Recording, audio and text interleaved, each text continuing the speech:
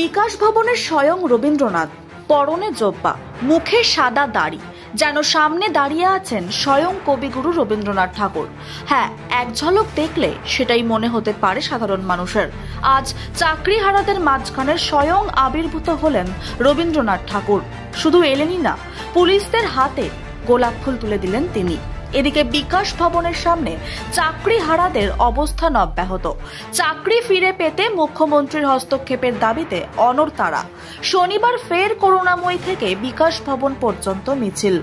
সেখানে দেখা গেল রবীন্দ্রনাথ ঠাকুরকে। বিকাশ ভবনের সামনে দাঁড়িয়ে থাকা পুলিশ কর্মীদের হাতে গোলাপ ফুল তুলে দেন তিনি। প্রতীকী রবীন্দ্রনাথ বলেন, পুলিশের আচরণকে সমর্থন করি না, বাংলা মানেই শান্তি সম্প্রীতি। এটা পুলিশদেরও মনে রাখা উচিত। সেটা জানি না, তবে আমি ওদের পাশে আছি। আমি এগুলো বলতে পারি, ওদের আমি পাশে আছি।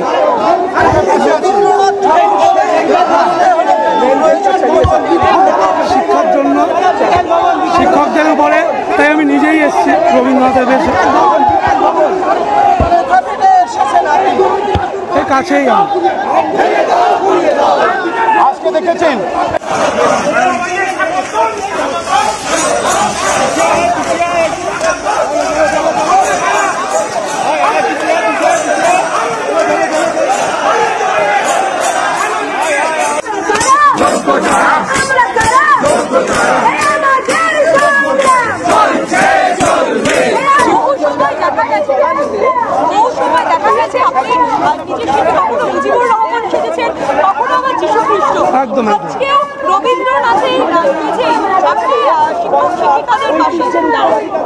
আমি সেটা জানি না। আমি আগেই বললাম যে আমি একজন শিল্পী। আমি কখনো বিভিন্ন সাজে আমি সাজি। সে রাজনৈতিক দল হোক, যে কোনো ব্যাপার হোক, আমি আসি।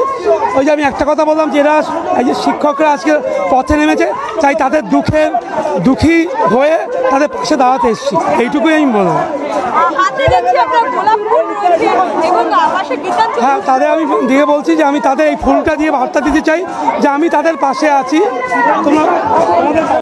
সবার ভালো হোক, যারা যেটা চাইছে সবার ভালো হোক। আমি কার কোনো বলবো, আমি শিল্পী হিসেবে বলবো সবার ভালো হোক, সবার জয় হোক,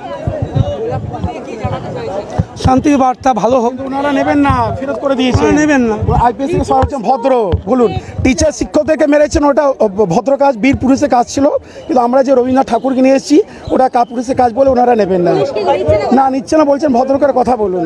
আমরা বলছি ফুলটা নিই, ওনারা বলছেন ভদ্র করে কথা বলুন। বাহ, খুব ভালো। আজকে কবিগুরু রসাতালে চলে গেছে। আমাদের শিক্ষকদের মার মানে স্বামী বিবেকানন্দকে মেরেছে। শিক্ষককে মারা মানে আমাদের পণ্ডিত ঈশ্বরচন্দ্র বিদ্যাসাগরকে মেরেছেন। শিক্ষককে মারা মানে কবিগুরুকে মেরেছেন। এই বাংলায় এই কি হবে কি জানি না।